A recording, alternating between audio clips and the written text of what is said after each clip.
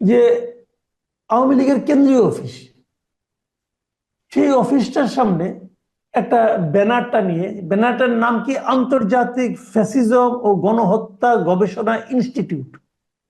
Institute কিন্তু, এখন এই ইনস্টিটিউটটা কোথায় এক্সিস্ট করে আমি না অনেক খুঁজলাম আজকে, মানে সারাদিনে খোঁজাখুঁজি করছি, জানি না, কোথাও পেলাম না। এবং এই ইনস্টিটিউটের প্রধানকে অথবা দ্বিতীয় ব্যক্তিকে, আমি প্রথম আলোর একটা নিউজ দেখছিলাম, ওরা নিজেরা জিজ্ঞাসা করেছে এই শীর্ষ ব্যক্তিকে, যারা ওখানে ছিল তারাও জানে না। কিন্তু এই একটা ব্যানারটা নিয়ে তারা কিন্তু এই 10 তলা ভবন মানে দখলের পায়তারা শুরু করে দিয়েছে, দখল প্রায় শুরুই করে দিয়েছে, কেউ আটকাচ্ছে না। এভাবে কি দখল করা যায় একটা ব্যানারটা নিয়ে? না, কোন সভ্য দেশে এই ধরনের দখল প্রক্রিয়া করা যায় না। এমনকি কেউ যদি ক্রিমিনালও হয়, কোন সংগঠন যদি ক্রিমিনাল সংগঠন হয়, এই ধরনের সম্পত্তির অধিকার নিতে গেলে এটাকে কোর্টের মাধ্যমে আসতে হবে, আইনি লড়াই করতে হবে, বাজেয়াপ্ত করার নির্দেশ পেতে হবে, এবং তার পেছনে যথেষ্ট পরিমাণে যুক্তি তর্ক থাকতে হবে। এবং যদি আদালত এটাকে বাজেয়াপ্ত করার নির্দেশও দেয়, এটা আপিলে যাওয়া যাবে, মানে এটা একটা দীর্ঘ আইনি প্রক্রিয়া আছে। আর যে সংগঠন সম্পূর্ণ ভুঁইফোড়, যাদেরকে আমরা কেউ চিনি না, একটা ইনস্টিটিউট, তার মানে এটা শুধুমাত্র একটা প্রতিষ্ঠানই না, এখানে কিছুটা গবেষণা, কিছুটা শিক্ষাদান, কিছুটা পাঠদান এগুলি হয়ে থাকে। এটা নিজেরই তো একটা ঠিকানা থাকার কথা। মানে সে তো আর এই বাড়িটা দখল করেই প্রথমে এটা বানাচ্ছে না, নিশ্চয়ই ইনস্টিটিউটটার একটা ঠিকানা আছে, এটা নিশ্চয়ই রেজিস্ট্রেশন আছে, এটা নিশ্চয়ই কোথা না কোথা থেকে অনুমতি আছে। তো সেইগুলা কিছু না থাকলে আসলেই এইরকম একটি প্রক্রিয়াকে আমরা ধরে নেব যে এটা দখল প্রক্রিয়া, এটা দখল করা হচ্ছে। এখন কোন সভ্যতার সাথে এটা করা যায় না, কোন সভ্য সমাজেও এটা করা যায় না। আপনি যদি একটা গ্রামের মধ্যে ঢুকে আপনি কোন একটা জমিতে কিছু একটা করতে শুরু করেন, প্রতিবেশীরা প্রশ্ন করবে যে আপনি এই জমিতে কিভাবে আসলেন, আপনি কি এটা কিনেছেন, নাকি উত্তরাধিকার সূত্রে পেয়েছেন, নাকি কেউ দান করেছে, নাকি এটা খাস জমি সরকার অনুমোদন দিয়েছে। মানে রাইট, একটা গ্রামে ঢুকে রাইট। আপনি পারবেন না, একটা জলাভূমিও আপনি নিতে পারবেন না এইভাবে বাংলাদেশের আইনে। সেইখানে বঙ্গবন্ধু এভিনিউর উপরে এত বছর ধরে একটা জায়গা, যেটা একটা রাজনৈতিক দল ব্যবহার করছে, এবং রাজনৈতিক দলটা বৃহৎ একটি রাজনৈতিক দল, যদিও তার কার্যক্রম এখন স্থগিত, বা ভবিষ্যতে তারা কার্যক্রম করতে পারবে কিনা সেটার কোনো নিশ্চয়তা নাই, কিন্তু সম্পত্তিটা তো তাদের। তো কেউ ধরেন যদি মরে গেলে তার সম্পত্তি দখল করা না যায়, কেউ যদি নির্বাসনে চলে যায় তাহলে যদি সম্পত্তি দখল করা না যায়, বহু বছর আগে যারা এখানে সম্পত্তি পেলে ভারতে বা পাকিস্তানে চলে গিয়েছেন, তাদের সম্পত্তি নিয়েও যদি নানান রকম আপত্তি থাকে বা অধিকারের লড়াই থাকে, তাহলে আহ এইটা তো আমি মনে করি যে অত্যন্ত গর্হিত কাজ হচ্ছে, এবং এটা প্রমাণ করে দিচ্ছে যে বর্তমানে যে প্রশাসন আছে, এই প্রশাসন আইনের প্রতি শ্রদ্ধাশীল না। এই প্রশাসন আসলে আহ, ত্রিচারী। এটা দ্বিচারিতাও বলবো না, এটা ট্রাইকোটোমাস। মানে একদিকে তারা ন্যায় নীতি আন্তর্জাতিক আইনের কথা বলেন, আরেক দিকে তারা এনসিপি এবং কিছু দলকে একেবারে প্রকাশ্য পক্ষপাত করেন, আরেক দিকে তারা দেশের যে আইনের শাসন এবং দেশের যে সংবিধান এবং অন্যান্য বিষয়াবলী আছে সেগুলিকে বৃদ্ধাঙ্গুলি প্রদর্শন করে এরকম লুটপাট, ভাঙচুর, সম্পত্তি দখল, ভুয়া অর্গানাইজেশনের পেছনে দাঁড়িয়ে যাওয়া, এগুলা তারা করছেন। এটা এক ধরনের ত্রিচারিতা। যেমন ধরেন এনসিপির নিবন্ধন নাই, তারা এটার পিছনে দাঁড়িয়েছেন, এই ইনস্টিটিউটের কোনো ঠিকানা নাই, এটাকে কেউ বাধা দিচ্ছেন না। এগুলো আসলে আচ্ছা, অত্যন্ত এই দুঃখজনক। যে বাধা না দেওয়াটা, এটা দেখে না আমার একটা কথা মনে পড়লো। আপনি নিশ্চয়ই খেয়াল করেছেন যে একটা মানে হিন্দি একটা মুভি ছিল না, পিকে? হ্যাঁ, নিশ্চয়ই পিকে, দেখেছেন, পিকে, আমির আমির খানের। খান। আমির খান, হ্যাঁ। অত্যন্ত ওই, সুন্দর মুভি, এটা দার্শনিক একটা মুভি কিন্তু আচ্ছা, এটার ভিতরে ওই অনেক মুভিতে, মেসেজ আছে। আপনি খেয়াল করেছেন, ও যখন নানা রকম ওর ওর ওই রিমোটটা ফেরত পাওয়ার জন্য নানা জায়গায় যায়, তো ওই লোকজন তাকে চট থাপড় মারে, সে করে কি এই গালে একটা দেবতার ছবি লাগায়, এই গালে একটা দেবতার ছবি লাগায়, একদিকে হয়তো শিবের লাগালো, একদিকে গণেশের লাগালো। তো যে মারতে আসে ওটা দেখে আর মারে না। তো আমার কাছে মনে হলো কি, এরা যে ইনস্টিটিউটের নামটা ব্যানারটা টানিয়েছে, এটা অনেকটা ওইরকম যে আমি এখানে ব্যানারটা নিয়েছি, অতএব এখানে আর কেউ কিছু আমাকে জিজ্ঞাসা করবে না। এই ব্যানারটাই কিন্তু এখন দেবতার ভূমিকা অবতীর্ণ, দেবতার ছবির ভূমিকা অবতীর্ণ হচ্ছে। এই যে মানসিকতাটা, এই মানসিকতাটা সমাজটাকে কোন দিকে নিয়ে যাবে? এই মানসিকতাটা সমাজকে আইন ভঙ্গ করার দিকে নিয়ে যাবে। যার জোর আছে কিংবা যার মব আছে কিংবা যার পৃষ্ঠপোষকতা আছে কারো, সে এরকম ফেলে থাকা, পড়ে থাকা, পরিত্যক্ত অথবা আহ কোনো কারণে দখল হারানো লোকদের জমি জমা, বাড়ি গাড়ি, এটা সেটা নানান কিছু নিয়ে ফেলতে শুরু করবে। এইটাকে বলে মাছের আইন, এটাকে বলে মাৎসর্য আইন, এইটাকে বলে আহ কেয়স, এটাকে বলে অ্যানার্কি, অরাজকতা। এবং সেই দিকে সমাজকে ঠেলে দেওয়ার জন্য একদল লোক বেশ আগ্রহের সাথে কাজ করছেন বলে আমার মনে হচ্ছে। আপনি দেখেন, এই বাড়িটা যিনি পরিষ্কার করছেন তার কোনো পরিচয় না, একটা ছবি এসেছে। আবার এই বাড়িতে নাকি যারা পরিষ্কার করছেন তারা এই বাড়ির মধ্যেই দখল করে থাকতেন, ওইখানেই এই বাড়িটাকে ময়লা করেছিলেন এবং ওইটার হুম। দখল নিয়েছিলেন, তারাই নাকি আবার এখন ঝাড়ু টাড়ু দিচ্ছেন, তাদেরকে দিন মজুরির ভিত্তিতে নিয়োগ করা হয়েছে। মানে বিষয়গুলি খুবই হাস্যকর এবং খুবই আশঙ্কাজনক। আহ ব্যাপারটা কিরকম হয়েছে আমি আপনাকে বলি। ধরেন আপনি, এক সময় ছিল বাংলাদেশ থেকে মানুষ 3 মাস 4 মাসের জন্য তীর্থযাত্রায় যেত, হজ করতে চলে যেত, জি। গয়া কাশি চলে যেত, 2-3 মাস পরে ফেরত আসতো। এখন বাংলাদেশের মানুষ তীর্থযাত্রা যাইতে পারবে না, চলে গেলে এসে দেখবে যে কেউ তার বাড়ি ঝাড়ু দিচ্ছে, কেউ সেটা দখল করে নিয়েছে, আন্তর্জাতিক বসবাস ইনস্টিটিউট নাম দিয়ে কেউ মনে করেন বাসস্থান মানে ঢুকে পড়েছে, কেউ আন্তর্জাতিক পরিচ্ছন্নতা ইনস্টিটিউট নাম দিয়ে ঝাড়ু দিচ্ছে। মানে এগুলা যে কত বড় অন্যায় এবং এগুলা যে কি ধরনের উদাহরণ তৈরি করা হচ্ছে, এইটা আমি মনে করি যে আমাদের এই সরকার ক্ষমতায় না আসলে আমরা বুঝতাম না।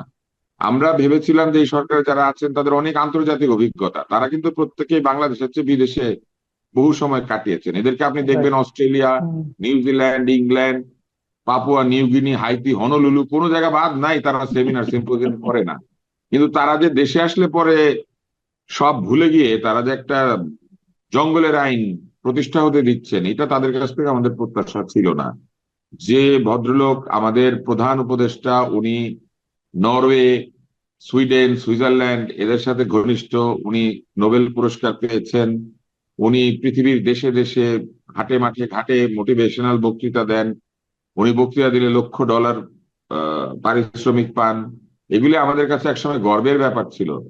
তো উনি যেসব কথা বিদেশে বলেন, যেসব দেশে যান, ওইসব দেশে কি এরকম পারা যায় কিনা, এটা তো একটা প্রশ্ন। উনি যে নরওয়েতে যান, উনি যে গ্রামীণ ফোনে শেয়ার আছে ওনার, এবং নরওয়ের যে টেলিনর আছে সেইখানে মনে করেন একটা বাড়িকে এইভাবে গিয়ে আমি দখল করে নিতে পারবো নরওয়েতে, যে আন্তর্জাতিক নোবেল গবেষণা ইনস্টিটিউট নাম দিয়ে ধরেন নিয়ে নিলাম, কিংবা আচ্ছা, আ- ইন্টেরিম আরেকটা কথা আমি বলি আন্তর্জাতিক আপনাকে। ইন্টেরিম রিসার্চ ইনস্টিটিউট নাম দিয়ে মনে করেন আমি নরওয়ের মাঝখানে, নরওয়ের প্রধান শহরের প্রধান রাস্তার পাশে একটা নিয়ে নিলাম আন্তর্জাতিক ইন্টেরিম ইনস্টিটিউট নাম দিয়ে, পারবো? আচ্ছা, একটা কথা বলেন আপনাকে, এই এই কিছু বললেই না খালি কিন্তু বলা হয়ে থাকে যে সংস্কার করবে, এই জন্যই আমরা সবকিছু করতেছি, আমাদের কেবল মানে নতুন একটা নির্বাচনটাই মূল লক্ষ্য ছিল না, মূল লক্ষ্য ছিল সংস্কারের। আমার না একটা প্রশ্ন মাঝে মাঝে আসে যে এরা যে একটা সংস্কার করবে, তারা সংস্কার করে যে কাজটা করতে চায়, যে তাদের যে আদর্শিক যে মানে চেহারাটা তারা দিতে চাচ্ছে সরকারকে, প্রশাসনকে, তার কি কোনো একটা নমুনা এই বর্তমান সরকার তার আচরণে, তার কর্মকাণ্ডে, তাদের জীবনে দেখাতে পেরেছে?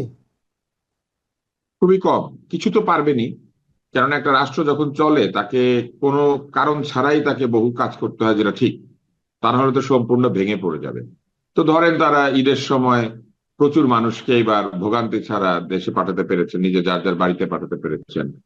তারপরে বিদ্যুৎ নিয়ে সবাই চিন্তিত ছিল, তারা বিদ্যুৎ সমস্যাকে বেশ ভালোভাবে হ্যান্ডেল করেছে। তারা কিছু কিছু জায়গাতে কিছু কিছু সংস্কার করেছেন, যেই রকম আহ পিএসসি তে তারা সংস্কার আনার চেষ্টা করেছেন। অথবা আহ অথবা নারী কর্মকর্তাকে স্যার বলা যাবে না, এটা সংস্কার হয়েছে। নারী কর্মকর্তাকে স্যার বলা যাবে না, মানে স্যার বলার দরকার নাই। আমি কিন্তু ইচ্ছা আচ্ছা। করলে আপনাকে স্যার ডাকতে পারি, স্যার বলা বাধ্যতামূলক না, কিন্তু আমি একজন নারী আচ্ছা। কর্মকর্তাকে স্যার ডাকলে অসুবিধা কি? মানে আমার ইচ্ছা, উনি যদি অ্যাকসেপ্ট করেন। কিন্তু আচ্ছা, আইন করে যে বাংলাদেশ স্যার ব্যাংকের, ডাকা বিধান করা হয়েছিল, এটা তারা বাদ দিয়ে দিয়েছে, যে নারী আচ্ছা কর্মকর্তাকে বাংলাদেশ স্যার ডাকতেই হবে। বাংলাদেশ ব্যাংকের পোশাকের সংস্কারটা তো করা হলো না। বাংলাদেশ ব্যাংকের পোশাকের সংস্কারটা খুব বাজে জিনিস হয়েছিল, এটা নিয়ে হয়তো আমরা একটু পরে আড্ডা দিতে পারবো। তবে তারা কিছু কিছু সফলতা দেখিয়েছেন, কিন্তু সেগুলো ওনারা না থাকলেও সফলতা হতো। মানে ওনারা না থাকলে যে কেউ এটা করতে পারতো। ওনাদের কাছ থেকে যে প্রত্যাশাটা ছিল, তার মধ্যে প্রথম প্রত্যাশা হচ্ছে শেখ হাসিনার দোষ কি ছিল। প্রথম হচ্ছে উনি নির্বাচন ঠিক মতো করে না, উনি নিজের লোকজনকে রাইট। দিয়ে নির্বাচন করায়, ভোট গণে না। হুম, হুম, হুম। এবং না, ভোট না গুনে উনি ওনার পছন্দের লোকদেরকে এমপি বানায়, জনগণের পছন্দের তোয়াক্কা করে না। ওনার যাকে ভালো লাগে সে এমপি হয়। ওনার যাকে ভালো লাগে সে মন্ত্রী হয়, এটাই তো স্বৈরাচারী মনোভাব, সেটা তো অবশ্যই ওনার মধ্যে ছিল, এটা নিয়ে কেউ তর্ক করবে না। তাহলে প্রথম দোষ হচ্ছে উনি অগণতান্ত্রিক। নির্বাচন দিলে উনি বহু আগে চলে যাইতে হইতে হয়, মানুষ তাকে বিদায় করে দিত ভোট না দিয়ে। তো হুম, এটা হুম। হচ্ছে তার প্রথম দোষ। দ্বিতীয় হচ্ছে অর্থনৈতিক দুর্নীতি এবং অর্থনৈতিক বিশৃঙ্খলাকে উনি প্রশ্রয় দিয়েছেন। যারা এই ব্যাংক লুট করে, যারা এনবিএফআই লুট করে, যারা টাকা পয়সা নিয়ে লোনের টাকা নিয়ে ফেরত দেয় না, এরকম বড় লোকেরা, অলিগার্ক, ক্রোনি ক্যাপিটালিস্টরা তার চারপাশে ঘিরে থাকে। তার আর্থিক উপদেষ্টা বা তার একজন উপদেষ্টা উনি শেয়ার মার্কেট কেলেঙ্কারির জন্য দরবেশ উপাধি পেয়েছিলেন, এবং তিনি শেয়ার মার্কেটে গেলেই লোকে ভাবতো যে আজকে শেয়ার মার্কেট খালি হয়ে যাবে, এবং যাইতে হইতো না, উনি আসেন জানলেই লোকে ভাবতো যে শেয়ার মার্কেট খালি হবে।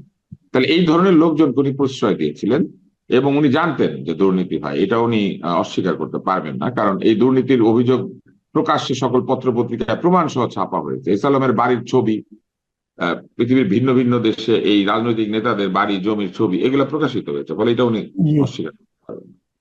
তৃতীয় ছিল দলীয়করণ। উনি মেধাকে, যোগ্যতাকে মূল্যায়ন না দিয়ে উনি লোকজনকে নিজের দল, নিজের পছন্দ, নিজের লোকজনের আত্মীয় স্বজন, এমনকি সরকারের মধ্যে নিজের আত্মীয় স্বজন সব উনি ঢুকিয়েছিলেন। তো এটা ওনার আরেকটা অভিযোগ ছিল।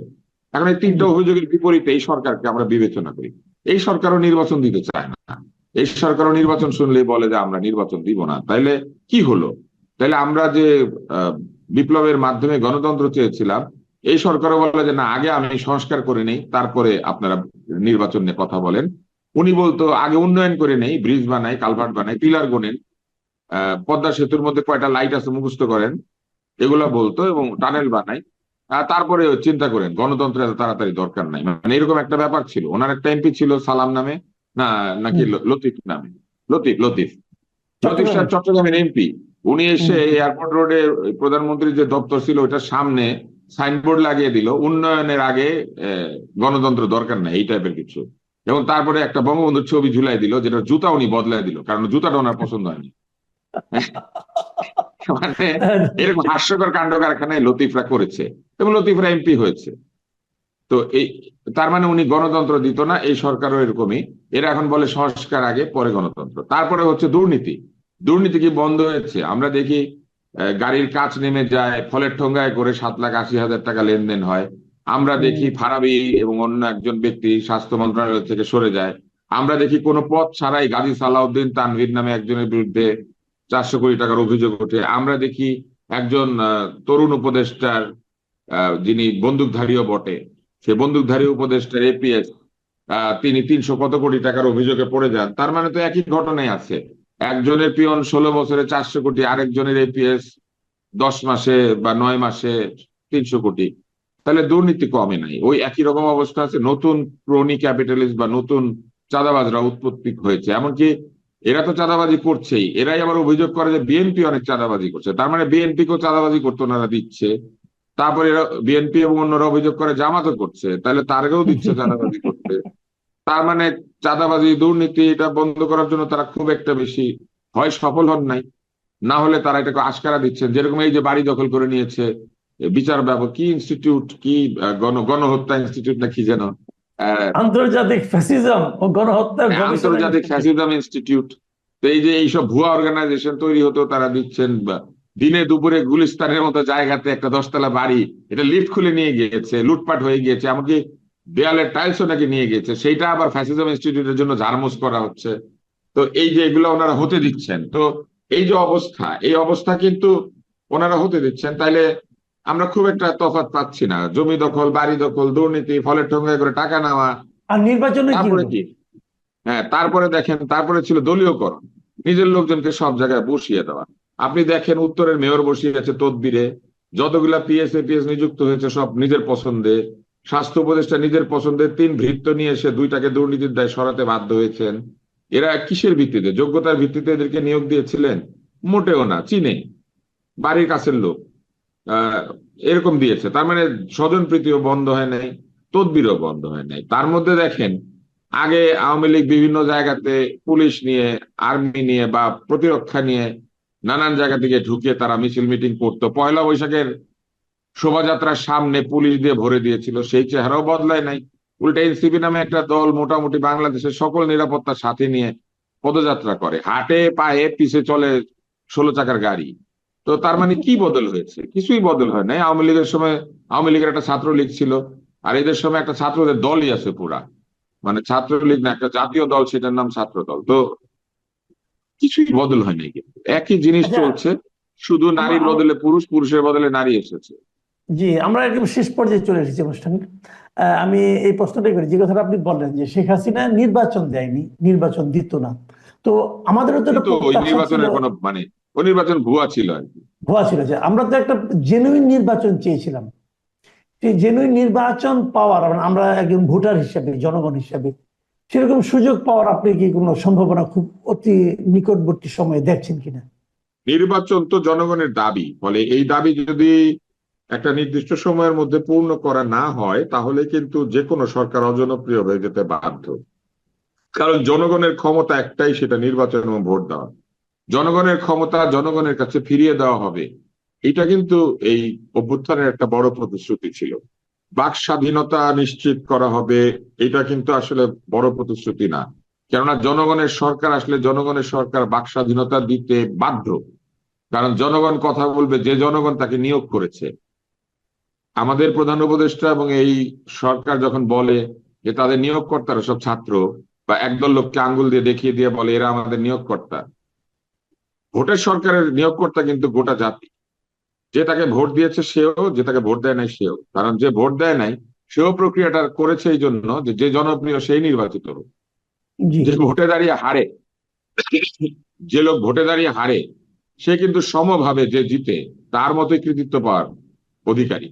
কারণ দুইজন মিলে দাঁড়ায় বলে গণতন্ত্র নিশ্চিত হয়, এবং রাইট। একজন আরেকজনকে মেনে নিয়ে জনগণের প্রভুত্ব আর জনগণের যে ক্ষমতা, সেটা স্বীকৃতি দেয়। যে আমিও চেয়েছিলাম, তুমিও চেয়েছিলে ভোট, আমি পারি নাই মানে জনগণ আমাকে চায় নাই, আমি জনগণের রায় মাথায় নিলাম। জি, তো যদি তারা জনগণের ক্ষমতা জনগণকে ফিরিয়ে না দেন, তাড়াতাড়ি জনগণকে ভোট দিতে না দেন, তাহলে আমার ধারণা যে তারা এক সময় চাপের মুখোমুখি হবেন, এবং একইভাবে তারা আহ ভোটের দাবিতে হয়তো বা অন্যান্য দাবির কারণে তাদেরকে হয়তো